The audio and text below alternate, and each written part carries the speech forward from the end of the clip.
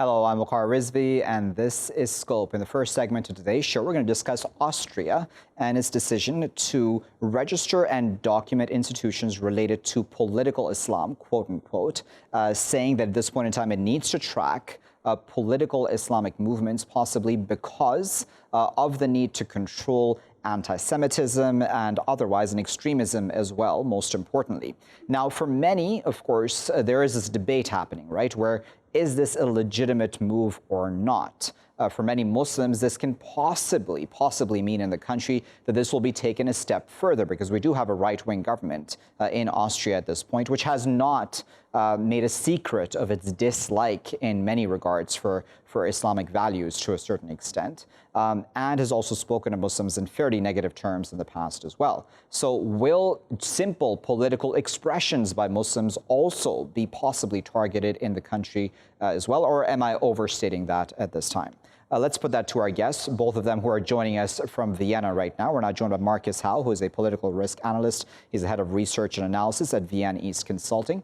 And joining us as well is Benjamin Wolf, who's the managing editor of Metropole, which is Vienna's leading English language magazine. Benjamin and Marcus, thank you both for your time today. Benjamin, let me start with you. This does sound troubling when we come down to the details, right? And I'm really wondering about the justification for this. What are your thoughts on that?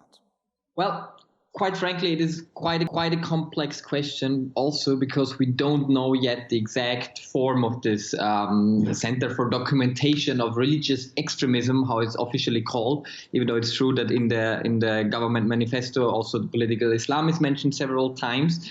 It is based on a documentation center for the Austrian resistance, which is following, right-wing extremism, so has been following these things since the 70s.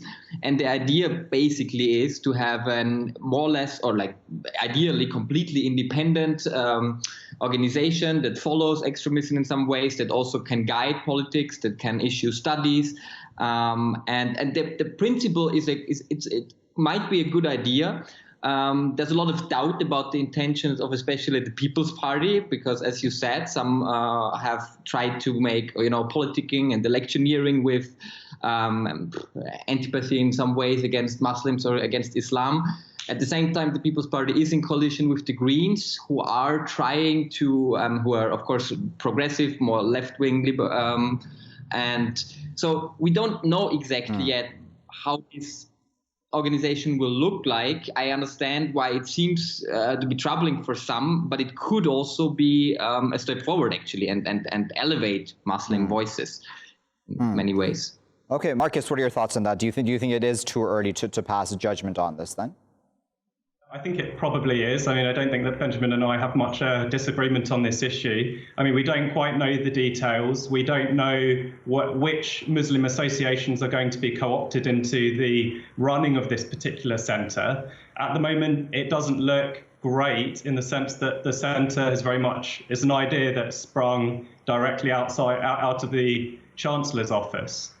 And it seems to be very much a political tool in many ways. It's not a foundation like this organization that was set up in the 70s to counter far-right extremism. It seems to lack the independence it would need in order to be able to function in a fair and equitable way. So the signal at the moment isn't great, but again, we have to wait for the details to become clearer. Benjamin, to the best of your knowledge, do you think Muslims would have been consulted even when it came to setting up such a center? Because, you would think that if this is meant to, as you there said, possibly even benefit Muslims in some way or regard, that they would have been consulted? Well, they should have been. I don't know exactly how it is, it's not set up yet, so they are in the process. I hope they do consult them. And they are involved in setting up this center. I mean, it should be noted that, for example, our justice minister, she's from the Greens, and I think she's agnostic, but her family, she was born in Bosnia, so her family is Muslim. So And I would hope that the Greens pushed for this involvement, but I cannot say. And as Markus rightly said, it originally came out, from the previous government, which was really right-wing, and from the Chancellor's office. So it is an idea going in this direction. We can hope, and as you say, it should be broad and independent. We can hope that this is changing now, but we are still waiting for the details, and this will really determine if this is a positive step in some way, or as you say, more of a threatening or discriminating organization. But then I wonder then about track record, right? And I know we've spoken about this previously as well with you. The track record of the Austrian establishment in regards to its relationship with its own Muslim citizens. Does that leave much hope that this will then turn positive? I feel quite pessimistic about the whole thing. I think more generally the People's Party and indeed the far-right Freedom Party have framed the whole issue of Islamic integration and assimilation as this narrative of terrorism, security, and so on. And the precedent that the centre at this stage appears to be setting is this blanket surveillance of effectively all Muslim organisations. And I fear that this is something that could become counterproductive very quickly, because in singling out basically the entire Muslim community, which they say they're not doing, but this is how it's being perceived, in doing that, the risk is that they will actually push the entire Muslim community into the shadows and increase this sense of alienation and estrangement from Austrian state institutions. Associations will be less forthcoming with information. The Muslim community will more generally become less transparent. So there's very much a risk that in becoming more estranged from Austrian institutions, the Muslim community will then become more open, more vulnerable to exploitation by these small corners of the community who do subscribe to political Islam and reject democratic principles in the Austrian state.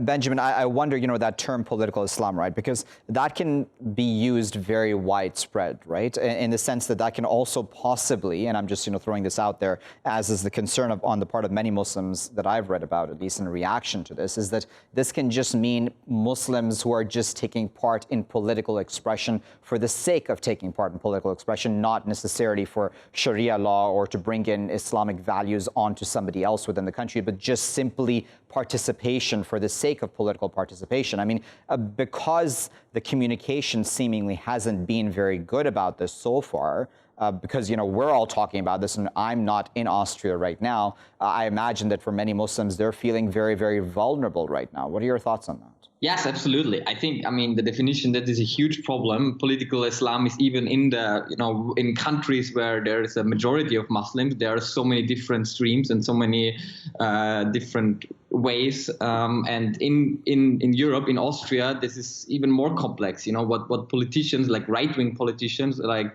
our chancellor mean with it, they have a very clear negative connotation.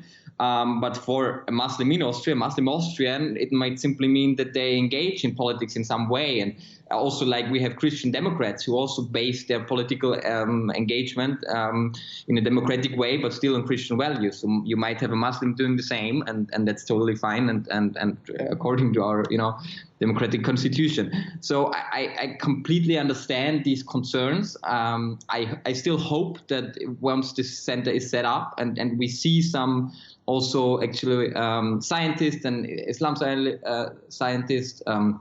He's an expert, Edmond Aslan, for the education of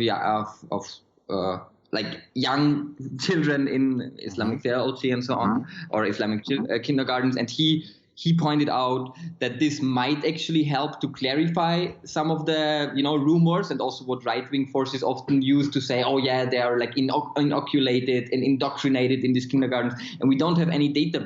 We cannot really rebut it often because we don't have good studies on that. So that's a potential, but at the same time, as you say, it can of course be also used to browbeat Muslims and to basically drive them out of the political process altogether, which would be terrible.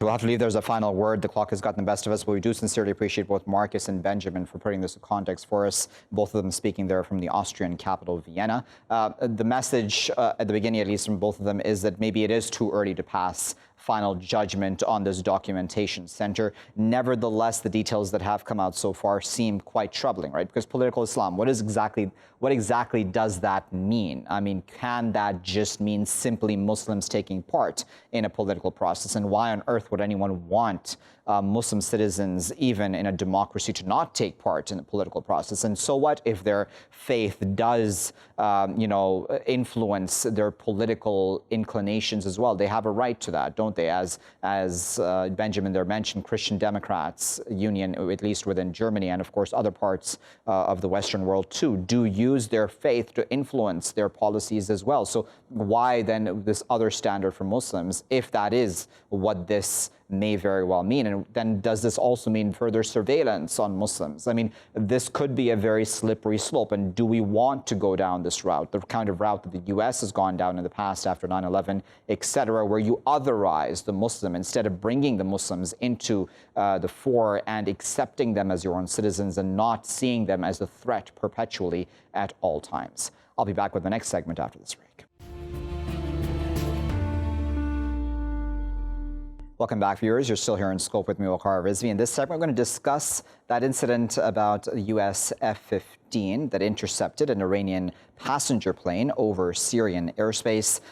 This plane was on its way from Tehran, seemingly to the Lebanese capital, Beirut. Nevertheless, when it was intercepted by the U.S., it was over Syrian airspace. Now, the U.S. said it was essentially carrying out a visual inspection of this plane to ensure it was not a threat to its military base at At-Tanf in Syria, that is. And nevertheless, the images that have come out from within the plane are quite disturbing, where you've had passengers screaming and clearly an altitude drop by the pilot of this plane to be able to maneuver out of the way, seemingly, of what could possibly also be two fighter jets, according to some reports, and according to some of the images that allege there may have been two fighter jets as well that came fairly close to the plane. Now, the U.S. says it followed all international standards. It was around 1,000 meters away from this plane, and when it was satisfied that this was a passenger plane, it did then stand down and move away.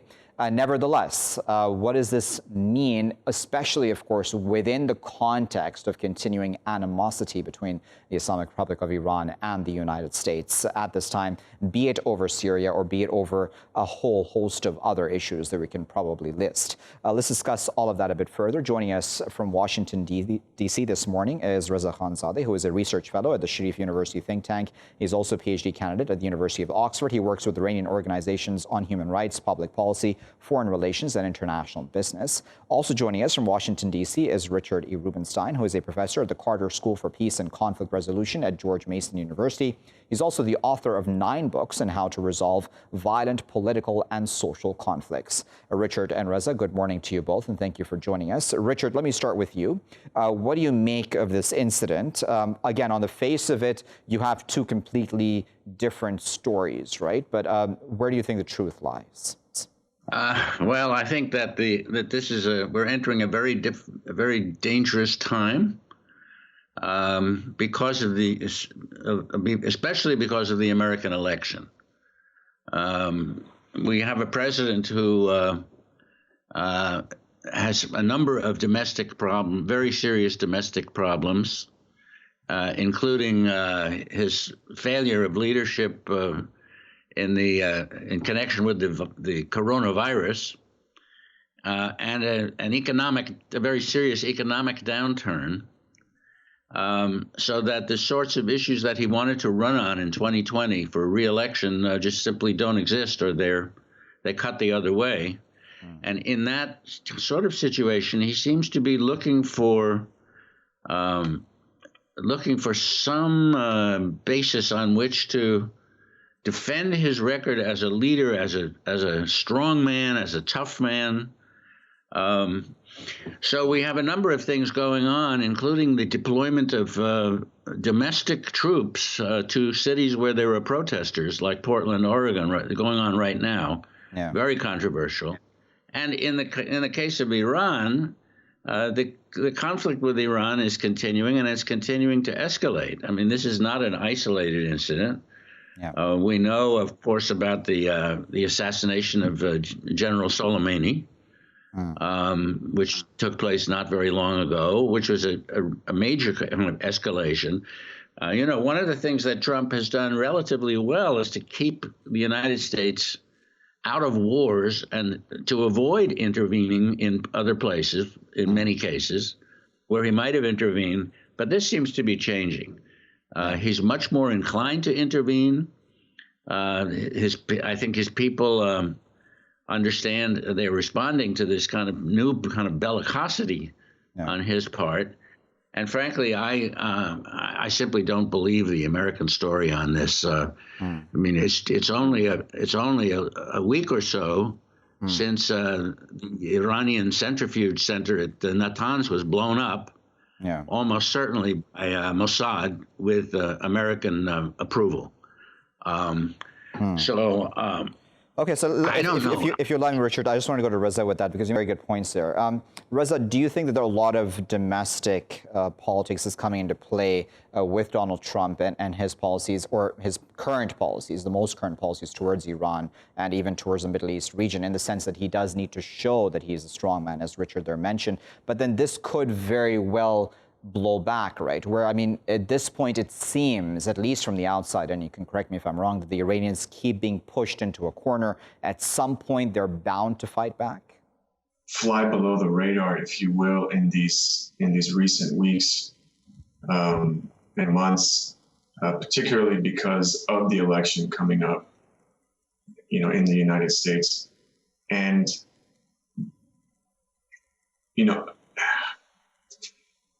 it has been unofficial, but they've been kind of going towards this, kind of position where they don't want to be the aggressor or the initiator in some provocative types of moves against the U.S. to give more, flame to the fire, if you will, for Trump to come up with an excuse to either, attack or retaliate, and then potentially to try to help Trump with his re-election. And then also, if we do recall, many years ago during the Obama administration, Trump did accuse President Obama at the time of potentially wanting to go to war with Iran just to get reelected, and that has been used against Trump to say that he might even take that route. So even though, yes, Iran has been being pushed into this corner, I'm not, convinced yet that they might, actually come out and have some type of answer. Although, Zarif has come out and said that this was an act of terror. But as far as the extent of the Iranian government, what they've been saying thus far is that it would be investigated. And I believe that they have asked the Syrian and the Lebanese government to file, complaints, I think to the UN or just to the, to the courts to kind of investigate this. Yeah. All right, let me bring you in, because, if I play devil's advocate for a moment, the American government, as you well know, Richard, says that Iran has disturbing connections, of course, to the Assad government in Syria, and that it supports the Assad government. And in fact, Mahan Air, the plane, this flight was operated by, that company has been sanctioned, of course, by the U.S., as you well know. The accusation is that it carries weapons for the likes of Hezbollah in Lebanon, possibly, and again for Bashar al-Assad in Syria and his army. Taking all of the above together, then, for the Americans to be suspicious of a Mahan airplane over Syrian airspace is not completely surprising, is it? No, it's not necessary. I mean, there are several issues that your comment raises. One issue, of course, is the continuing American role in the Syrian conflict. The Syrian conflict is basically it is or should be over. And so for the Americans to say that they're protecting their base in Syria in this case, by putting passengers in a passenger plane at risk, also makes you ask, what are they doing with that base in Syria? Why especially if you have a president who says he wants to end the endless wars that America's been involved in, what's he doing there? At any rate, once you admit the legitimacy of the American base in Syria, and we're talking about 800 bases in more than 120 countries. That legitimizes a lot of military activity and protection of various outposts of empire. But at any rate, you're quite right. You could say that they are entitled to make sure that the plane was a passenger plane. Right. Did they have any reason to think that it wasn't a passenger plane? I don't know. Of course, we remember the passenger plane that was downed, years ago, and by the USS Vincennes. Perhaps they had a right to inspect the plane. I do wonder, though, what does it mean to inspect a plane to make sure that it's a passenger plane? Does that mean you have to fly close enough to it to see in the windows, to see that there are passengers sitting in the windows? Yeah. Or what? I mean, it doesn't make a whole lot of sense to me, because if you have to get that close, you're going to be flying dangerously close and terrifying the pilot of that plane, terrifying people in the plane. Yeah. Also, it seems that even if there was a right to inspect, that they did it in a negligent way. And when they say it's 1,000, they were 1,000 feet away. Imagine if you were flying in a passenger plane and a fighter appears 1,000 feet from you. Yeah, 1,000 meters. I mean, yeah. No, it does look disturbing. It does look disturbing if we're completely, of course, those images of the fighter planes. Reza, I wonder, at this point then, this continues, of course, right, this pattern of back and forth sort of things between the U.S. And Iran at this point. Will we continue to see this? Because, we've had these really mysterious, quote unquote, fires and explosions within Iran just recently, as Richard there had alluded to, Natanz and all that stuff. We can possibly make a fairly long list of all of those incidents as well. Do you think that we'll sort of continue with this pattern of more of a behind the scenes type Cold War type situation, or are we very much entering into a more risky scenario now? Yeah, unfortunately, I do believe we could be entering a more risky situation. Beginning with these behind the scenes, attacks and events that you pointed out, primarily because of going back to to what Dr. Rubenstein said, that Trump entering this phase of trying to get reelected.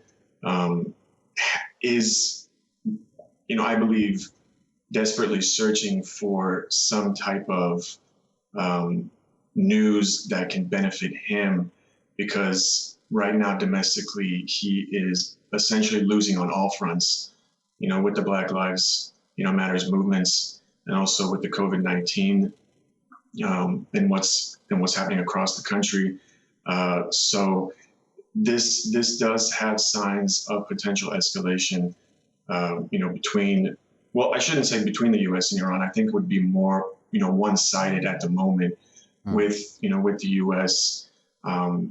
Taking certain measures to try to, provoke Iran to strike back in a measure with that then Trump could use as an excuse to go out. I don't want to say war, but to have some kind of military conflict, with Iran, especially with, Syria there, on their side. And also, I wouldn't be surprised if, Egypt. Yes. Okay, Reza, I do apologize. I'm going to have to come and stop you there. I do apologize, but the clock has gotten the best of us. We do sincerely, though, appreciate both Reza and Richard for their time today and for putting this into context for it, because it's important, too, also, as Richard there had started off with in his earlier answer, about putting the domestic politics of the U.S.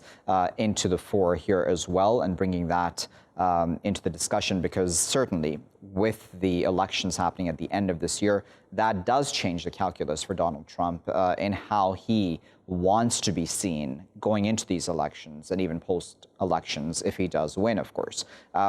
Does he really want a war, or is he just trying to push Iran, as Reza there mentioned, possibly into responding militarily somehow to all of the above incidents? The Iranians have at this point said that they want the Syrians and Lebanese to file official complaints. The Iranians will certainly carry out a proper investigation about what happened here. It's disturbing, though, as Richard there had said. How would one feel if you did see a fighter jet just 1,000 meters from your plane, the plane you were in, as just a civilian passenger? How would that make you feel if that was an adversarial fighter jet, that too, not your own country's fighter jet on top of that?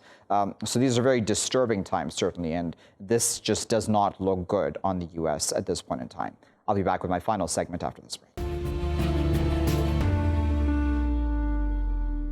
Welcome back, viewers. You're still here on Scope with me, Waqar Rizvi. In this segment, we're going to discuss quite a strong platform that has been released by a number of Muslim American Democratic delegates who have spoken of quite a comprehensive range of policies, both domestic and foreign, most importantly, including things like, ending drone strikes, freezing arms sales to troubling parts of the world, or to troubled parts of the world. And then, of course, domestic issues, surveillance on Muslims. The list really goes on. But as I said, a lot of these are very bold recommendations, right? So end surveillance on Muslims. And then also even there's talk of military aid to Israel. I mean, all of these are things which are fairly taboo, I would say, within the U.S.'s political establishment to address this openly and in this fashion, that too for one of the two main parties. Now, whether or not the party will adopt this or not is certainly, of course, something that we'll have to wait and see. One would have their doubts, of course, about especially the foreign policy angle on all this. But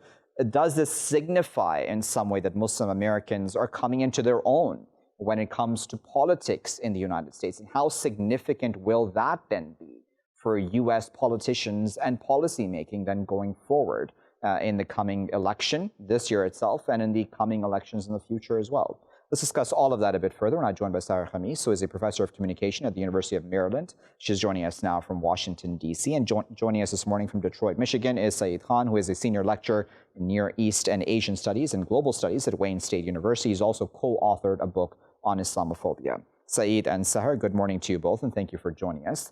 Sahar, let me start with you. How significant is it that you would have these number of delegates coming out and essentially openly demanding and asking for what to the rest of us seem like very reasonable proposals? Thank you so much for having me on the show. And really, this is very significant for a number of reasons. We have always seen some kind of underrepresentation of American Muslims in American politics, in American media, in the public sphere in general. And this has been a continuous problem, really. And as you rightly mentioned, I totally agree with you that this is a very daring agenda. The kind of issues they're opening and discussing, whether domestically or internationally, are very daring, especially when it comes to things like, stopping arms sales to troubled areas. Of course, there is some reference here to the fact that the U.S. has been supplying, completely destroying the infrastructure in this already poor and troubled country. Things like, stopping military aid, unconditional support and military aid to Israel, while there are, violations of human rights to the Palestinians. All of that stuff is pretty much daring and bold and really kind of very courageous and breaking taboos when it comes to American politics. I think that just shaking some of these already established, pillars of American policy is very important and very significant in and of itself. And it's very important to note here that in terms of the No Ban Act, the fact that the House of Representatives, the Congress has actually passed the No Ban Act, which means going against the Trump, of course, as we know, travel ban 1 and travel ban 2 against Muslim majority countries. This passed the House of Representatives. It's unlikely it's going to pass the Senate because the Senate has, as we know, a majority of Republicans. But Biden has actually promised that if he was to be elected president, that he would actually make this into effect, which is very significant and very important. Saeed, what are your thoughts on this? Because, on the heels of the likes of, politicians already who are in significant positions such as AOC and Ilhan Omar and Rashida Tlaib, they've already shaken a lot of Washington and its policy making as well, right? Calling out things which they don't believe are correct. And now we have these Muslim American delegates also very boldly coming out and speaking fairly openly about things that they disagree with and want to happen. Do you think that in some ways American politics is shifting ever so slowly? Well, I think this level of representation is an important moment. After all, this is 100 Muslim delegates out of a total of 3,979 who will be at the Democratic National Convention. So that constitutes somewhere around 2.5% of the Democratic Party. Not too bad when we consider that, depending on the estimates, a Muslim American population of somewhere between 0.6 to 3%. So we're really in that sweet spot of representation.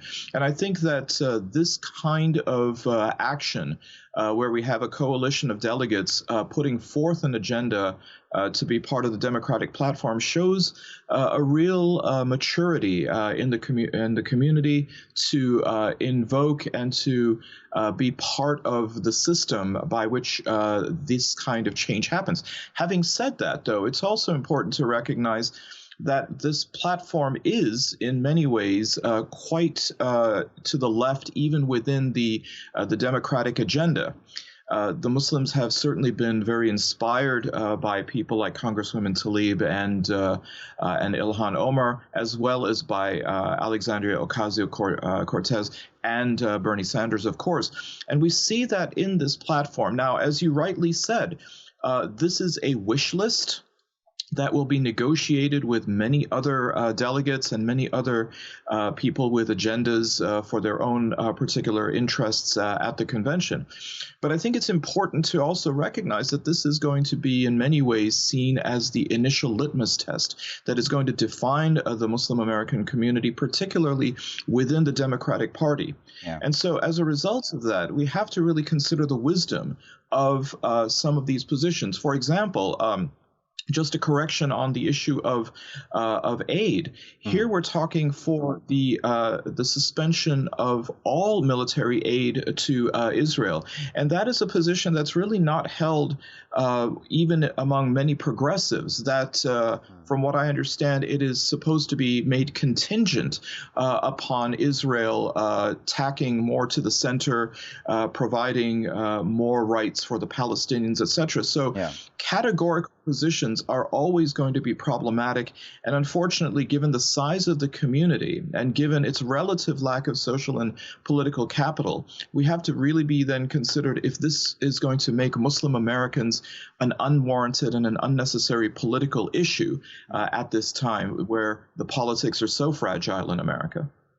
That's a good point, isn't it? Because, another thing that I've always thought is that do you think, taken for granted by Democrats that Muslims, as in other minorities, will always side with them, right? Because we've had, as you well know, Sahar, there has been some tension, for example, between Speaker Pelosi and the likes of AOC, Ilhan Omar, Rashida Tlaib, right, and their policy positions as well. So we're having these tensions just within the Democratic establishment as well. And it's not necessarily that Democrats are always pro-Muslim or in line with Muslim American policies?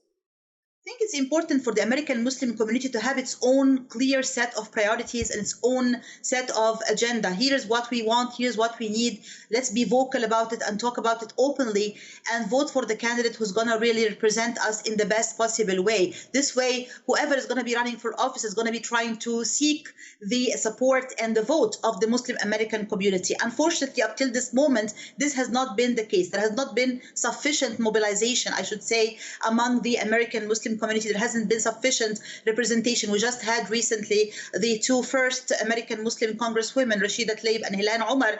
And unfortunately, I even feel that they don't have sufficient representation in mainstream media. For example, like when something like the George Floyd incident happened and the media was covering Minnesota like almost every single day, I did not see Ilhan Omar, for example, being interviewed, being, actually asked to appear on different media shows and present her view. So there's really an importance here in terms of the responsibility of the American Muslim community to step up and to really speak more for itself, but there's also a responsibility for the American media and American politics to try to appeal more to this community in parallel. I also think it's very important to focus on important domestic issues, like, for example, the CVE program, the Counter Violent Extremism program, which proved to be very bad for American Muslims. It included a lot of discrimination, a lot of profiling, showing them as if they are really a threat to national security by only focusing on the American Muslim community, when we know from research like Pew Research and other research that actually 96% of terrorist acts committed on American soil are committed by people who have no relationship whatsoever with Islam or Muslims. In fact, most of them are white supremacist groups. So all of that stuff needs a lot of work on the part of the American Muslim community from one side, but also on the part of American institutions, of media, politics, and others in parallel. Saeed, I wonder if at the very least, when Biden came out and spoke to Engage, right, recently and said that, he would, for example, lift the Muslim travel ban as well, and, he made a couple of other promises, of course, to the Muslim community, there is at the very least now a realization that Muslims are an important voting base and cannot just be taken for granted by the Democrat Party? Yes, look, in my own state of Michigan, for example, in 2016, Trump won the state by only 11,000 votes. Statistics show that somewhere on the lines of 23% of Muslims in Michigan voted for Trump, which would then translate to somewhere around 22,000 votes. So unfortunately, one could even then go ahead and infer that Muslims helped put him into office. It is definitely going to be a razor-thin margin in many states, these so-called battleground states. And these happen to be states where you do have significant Muslim populations. And Biden has made that calculation that it is either a new or certainly a frustrated demographic in the United States. But having said that, I think it's also important to recognize then that at this moment, how do Muslims really want to then frame themselves? If you take a look at the platform suggestions and demands that have been made by these delegates, you notice that there is quite rightly a section on ending systemic racism, as well as ones that talk about ending CVE. But the systemic racism platform or plank, in the midst of all of what is going on in the United States currently in the racial tensions, is a mere small segment compared to what seems to be, again, a very quote-unquote immigrant-heavy issue platform. And that's going to cause issues within, again, the Muslim American community, where there are already issues between the Black American Muslim community and the immigrant Muslim community when it comes to racial tensions, that it seems as though the immigrant Muslims are still focused too much on what's happening overseas, or looking at securitization issues which they feel disproportionately affect immigrant Muslims. So we have a learning curve. Certainly this is a good start, but if it is going to be a matter of getting the ear of the powers that be within not just the Democratic Party, but broader the American political system, Muslim Americans need to also have within their platform demands about education, demands about healthcare. There are so many issues that occur here that unfortunately Muslims seem to be branding themselves as only interested in quote-unquote Muslim issues as opposed to broader American issues. That's a good point, isn't it? Because, all of this is strategizing, right? Trying to get our voices heard and understood by the greater population. Do you think that it's sometimes that possibly we're using almost, I'll use this phrase carefully, ghettoization of the mind, where we're just looking at things in a very narrow angle, only those things that are affecting us? Or do you think it is, as you said, Sahar, that we should actually be talking about just those things that affect us, so at least they know that this is what is important to us? I think we should be doing both of them in parallel. I don't see them as mutually exclusive. I think that talking about the issues that are important to us as an American Muslim community is very much legitimate and justified, especially when you see the kind of damage that has been done under the Trump administration. The Muslim travel ban 1, the Muslim travel ban 2, the increase in actual attacks on Muslim community, Muslim mosques, Muslim women wearing the hijab like myself, walking in the street and not feeling safe. All of that stuff has been real, and there has been actual threats and actual dangers to the American Muslim community. They have the right to speak about these issues, and they should prioritize them. At the same time, in parallel, it is also important to always have the agenda of justice is not just for us. In other words, we should also talk about issues that are of relevance to the American community at large, because we are part of this American community at large. Whatever happens is going to affect us and impact us as well. I totally agree with Dr. Saeed in terms of things like caring about education, caring about your community, your neighborhood, the environment. Now we have the coronavirus crisis, and everybody is going to be impacted by it, whether you're Muslim or non-Muslim. It doesn't matter your color, your race, your religion. You're going to be impacted by coronavirus. So this is another issue that somehow really compels us also to stand together, united in solidarity, and to talk about these agendas. So I think it's very important not to turn a blind eye to one of these issues, but to actually care about both of them in parallel. And I also want to add that Biden really had this very interesting and important message of appealing to the American Muslim community and having a special address to them, which has not happened before for a presidential candidate to do so, and to start it with a hadith of the Prophet, peace and blessings of God be upon him, that actually says that one should change evil, with his hand, and if he could not, then with his tongue, and if he could not, then with his heart. And it was very compelling. A lot of American Muslims really felt that this was a very strong message. I hope that he actually, if he's elected president, that he will follow through with his promises to the American Muslim community. Very well. Hopefully there's a final word, but we do sincerely appreciate both Sahar and Saeed for their time this morning, for talking to us and putting into context for the rest of us on the outside the situation for Muslim Americans within, of course, the United States and their policy making and those policies that do affect them, be it like the CVE program that Sahar there had mentioned and Saeed had mentioned, or more foreign policy issues like arms sales and military aid or just aid overall to Israel. These are all, as we've spoken of, very daring proposals to come out with at this time, at a time when possibly all of these delegates may very well then be attacked by the right wing, as well as those who do not agree with their policies. Nevertheless, this may show that Muslim Americans are finally realizing their place within U.S. politics and want their voices now to be heard. Is this good news also for the rest of us around the world? Will the U.S. finally be a force for peace once again, not a force for war and militarism also? That's very important for the rest of us on the outside, but of course for Muslim Americans on the inside too. It's extremely important for those of us who have family and others to not have further surveillance on Muslims to the extent that there has been so far, and to not otherize Muslims at all time and to look at them as a threat at all times. They are part and parcel of American society. They've been there for generations. They're contributing members of society. They bring a lot of positive benefits to the country. I'll leave it there for now. I've been Waqar Rizvi. Thanks for watching.